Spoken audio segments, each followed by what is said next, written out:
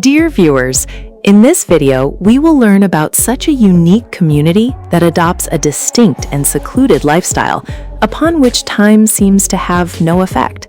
That is the Amish community. The number of this group of traditional Christians in the United States is estimated to be around 400,000. Behind their simple living, some disturbing truths are hidden, which include those 20 shocking rules that are very important for Amish women to follow. And these revelations will certainly shake you.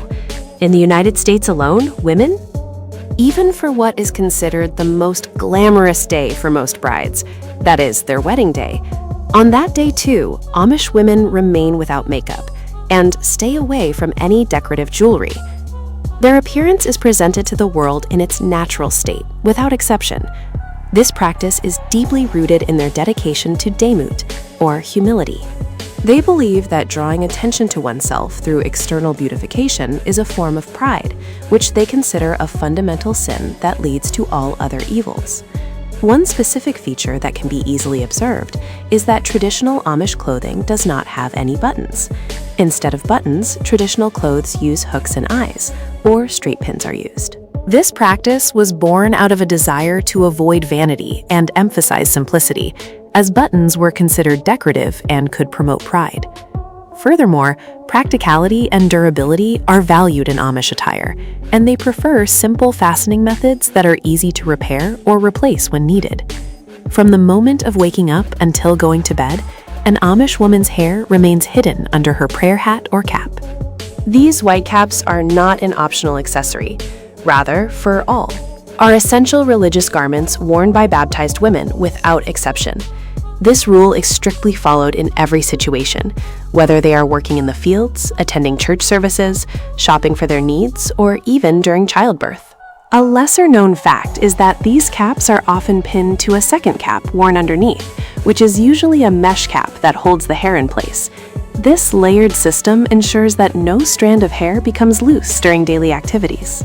So, the style and size of these caps may vary slightly between different Amish communities, serving as a visual indicator of the specific group a woman belongs to, acting as a recognizable identity from a distance. While an average American woman spends more than $55,000 in her lifetime on cutting, coloring, and styling her hair, Amish women never cut their hair from birth until death. This practice comes directly from their interpretation of the biblical text, which states that a woman's hair is her glory and her covering. For them, cutting even an inch of hair is considered a grave sin that violates God's natural order. As a result, most Amish women have hair that extends well below their waist, which has never been touched by scissors, dye, curling irons, or blow dryers. This hair is never displayed publicly. Instead, it is parted down the middle, tied back into a tight bun, and then covered with their prayer cap. Do you think you could follow such a rule throughout your life? Whom she once knew. Family members are forbidden from talking to her, eating with her, or even acknowledging her existence. Reasons for shunning can include failing to attend church prayers, breaking community rules, or marrying someone from another religion. Friends, during this 5-second interval, don't forget to like the video to encourage us a little. And if we are meeting for the first time, hit the subscribe button and turn on notifications to stay connected with the most exciting information. In the traditional world of the Amish, no. There is no normal dating or any apps, nor is there meeting strangers in cafes. Instead, Amish romantic relationships involve spending time together in groups in the presence of family members, ensuring that the relationship always remains modest and pure. But here is a very interesting thing. There is a practice called bundling, where a fully clothed couple spends time together on a bed. However, there is a wooden board or a blanket between them. This allows them to get to know each other deeply while maintaining their physical boundaries, and allows them to converse in a way that is consistent with their principles of purity.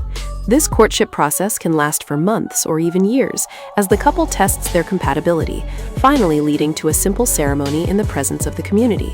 Does spending time like this for months or years seem possible to you? Share your thoughts in the comments below. While the whole world sees brides in white dresses, Amish brides never wear white. Instead, they choose dresses in colors like blue, purple, green, or deep red. An Amish woman's wedding dress becomes her Sunday prayer service attire for her entire married life. She will wear this same dress for church services every other week, which means it must be durable and worthy of lasting for decades. There is no decoration, embroidery, or veil on this dress. It is similar to her other everyday clothes, with only the new color signaling her entry into married life. Many Amish brides spend weeks sewing their own wedding dresses, which serve not only for their wedding day, but for their upcoming decades as their represents her marital identity. Most importantly, an Amish woman is often buried in this very dress, making it her most precious garment. It symbolizes both the beginning and the end of her married life, reflecting an unwavering loyalty to her husband, her community, and her faith that no modern wedding dress can match. The Amish approach to the beginning of married life might shock most modern couples. After the wedding ceremony, the new couple does not go on a honeymoon, nor do they immediately move into their own home. Instead, they stay at the homes of the bride's parents or close relatives for a few nights to several weeks.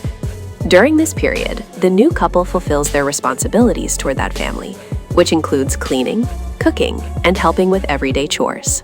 This shared labor reflects their mutual cooperation and their responsibility toward the family. It is designed so that they can build better relationships with their in-laws and adapt to married life under the guidance of experienced couples. Do you think this makes a marriage stronger in the long run? Let us know in the comments. Share your opinion in the comment section. In Amish communities, birth control is strictly forbidden because they literally follow the biblical command to be fruitful and multiply. They consider any method of contraception as an interference in God's will and the plan He has created for their lives. As a result, Amish families are typically much larger than average American families. Having 5, 10, or even more children in a family is a completely normal thing here. Parents bear the full responsibility for the upbringing and education of all these children within the community, within the guidelines and expectations of the community. Do you agree with these views of theirs? Let us know in the comments because we read every single one of your comments. Amish women typically give birth at home with the help of a midwife, rather than going to hospitals with trained medical professionals. They consider childbirth a deeply personal and spiritual experience that should take place within the community, rather than the medical system of the outside world. The midwife is usually not someone with formal medical training, but someone from the community, is a trusted and experienced member of the community. This approach emphasizes family participation, where everyone gathers to support the mother. The atmosphere at the time of birth is calm and prayerful, reflecting their faith in God's protection and provision. Amish women often forego painkillers and rely entirely on their own strength and community support to undergo the difficult process of childbirth. The environment of the delivery is simple and undecorated, which reflects their simplicity and humility even during this profound experience. Underlines their values. In a world where marital partnerships are increasingly based on equality and shared decision-making, in Amish marriages, the husband is the undisputed head of the household, whose decisions are final. An Amish woman vows to obey her husband in everything, and this is not just a ritualistic wedding promise, but a daily reality that governs every aspect of their relationship. Questioning or challenging the husband's authority is considered disrespectful and sinful. This submission extends to every part of life, whether it is moving the family to another place, or everyday choices related to household management. In situations where modern couples usually negotiate and compromise, Amish wives are expected to accept their husband's decisions without any argument. What might shock outsiders even more is that Amish women do not vote on church matters or community decisions. When decisions are made on important issues, only men cast their votes. A woman's opinion is expected to align with the views of her husband. Expected, which eliminates the need for a separate vote in their cultural framework. The concept of an Amish marriage is not centered on romantic satisfaction or personal happiness in the modern sense.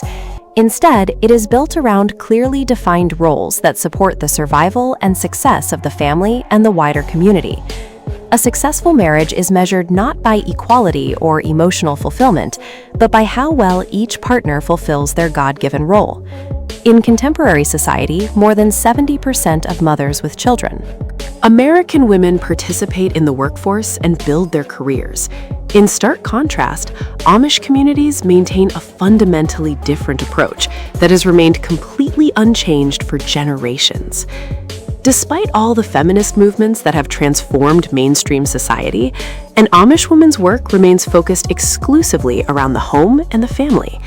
However, not working outside the home does not mean a lack of work at all. Her labor is continuous and physically demanding, which is absolutely essential for the survival of the family. Essential. From before sunrise until long after sunset, they remain busy with tasks that could exhaust many modern professionals who consider themselves hardworking.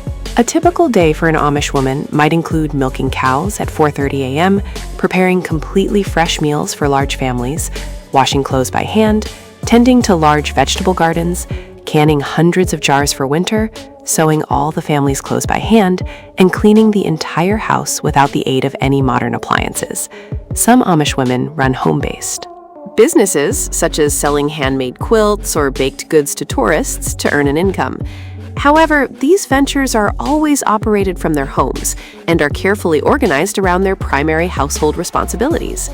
This income is considered a supplement to their husband's work, never primary or independent.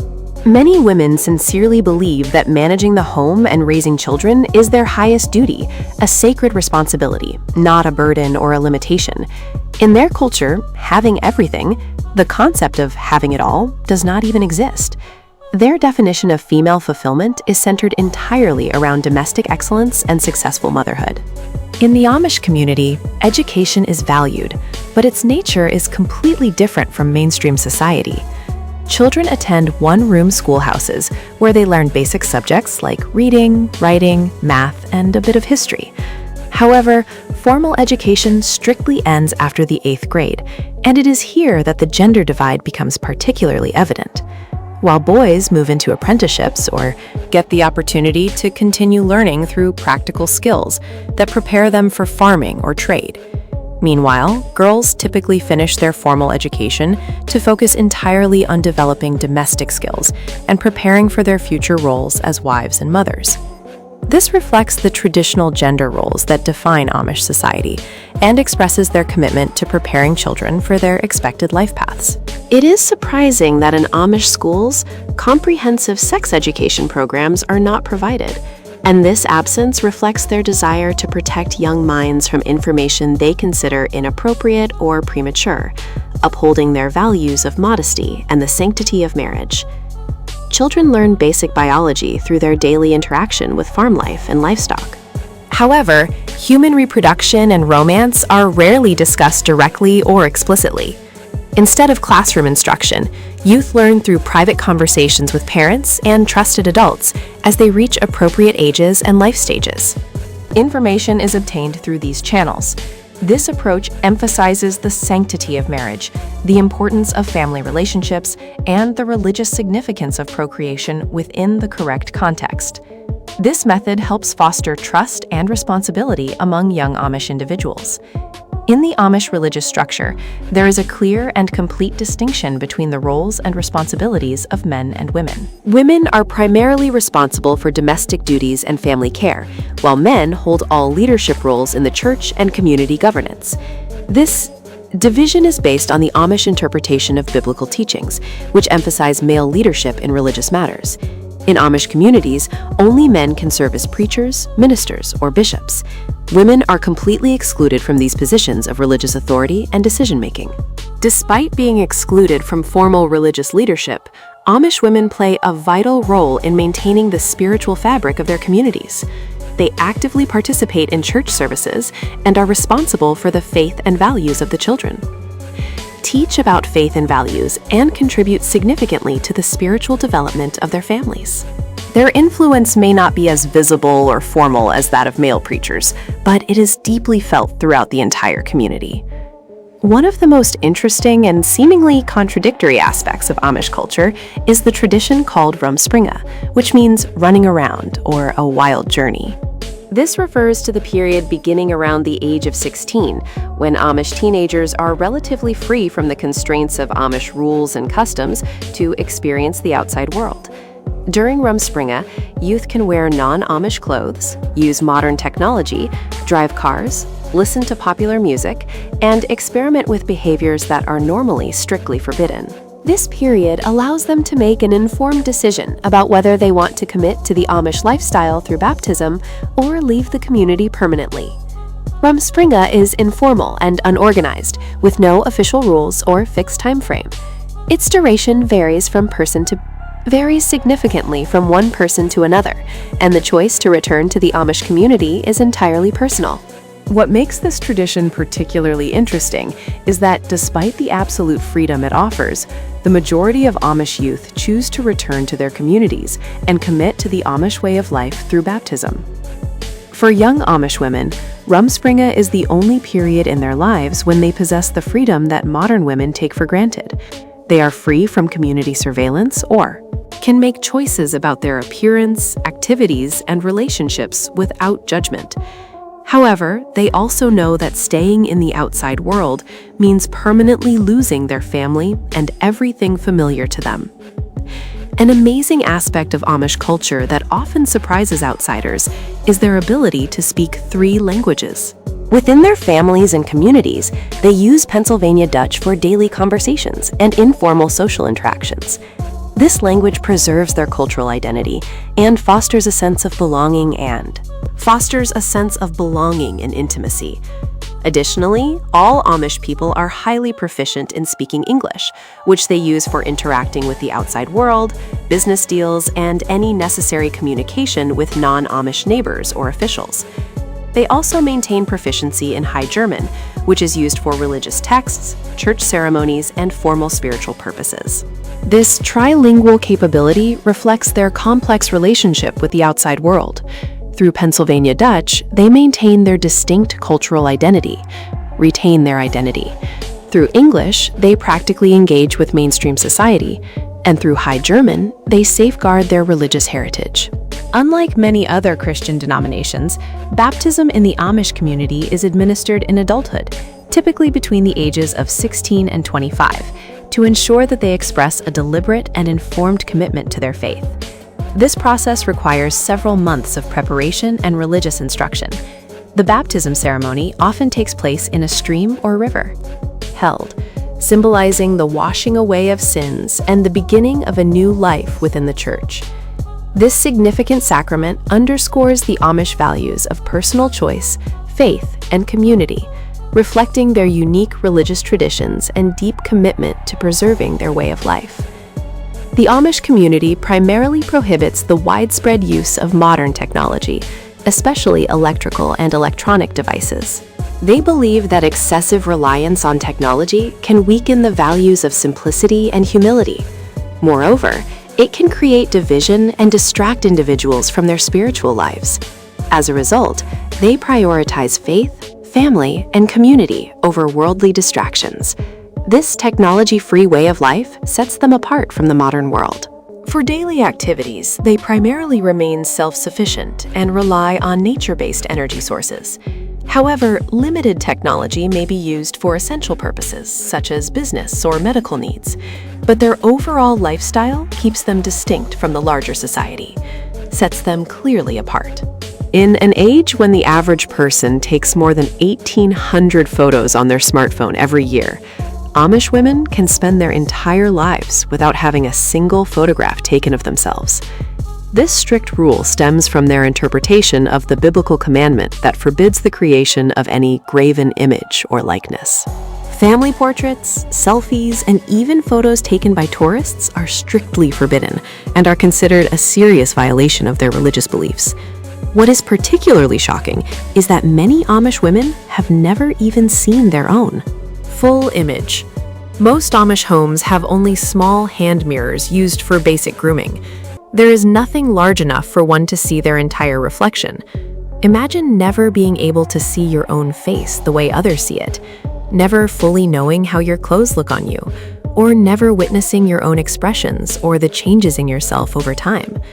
For people like us, surrounded by mirrors and cameras, understanding this reality is nearly impossible. This ban on photography creates a profound difference in the way Amish women perceive themselves. Without constant visual feedback, their sense of identity is shaped by their skills, values, and character, rather than physical appearance. In their way of thinking, concerns like bad hair days or good photo angles simply do not exist. When an Amish woman passes away, there is typically no visual record of her life. Only the memories of others and the tangible things she created remain. Her quilts, her canned goods, gardens, and children become her legacy, rather than the thousands of photographs that document most modern lives. These 20 rules reflect a way of life so vastly different from our modern experience that it challenges every notion we hold about freedom and what it means to be a woman in the 21st century. The Amish community has designed a system that prioritizes community survival and spiritual devotion over individual rights and personal satisfaction. What is most amazing is not just these restrictions, but that an Amish woman, how deeply they shape every part of an Amish woman's existence. From birth until death, every decision, every relationship, and every moment is subject to those rules that most of us would find impossible to accept. Yet, for many Amish women, this system provides the meaning, purpose, and spiritual contentment for which they consider it worthwhile to sacrifice personal freedom. What are your thoughts on these rules? Could you ever imagine living amidst such restrictions? Let me know in the comments below which rules surprised you the most. We always look forward to hearing more from you, and don't forget to subscribe. Also, hit the notification bell so we can meet you again in our next video. Thank you very much for spending your time with us today. I hope you liked this information. Your support truly means a lot to us. Best wishes for your future. Thanks for watching. If you found this video useful, please like, subscribe, and ring the bell so you don't miss any of our new videos. See you in the next video.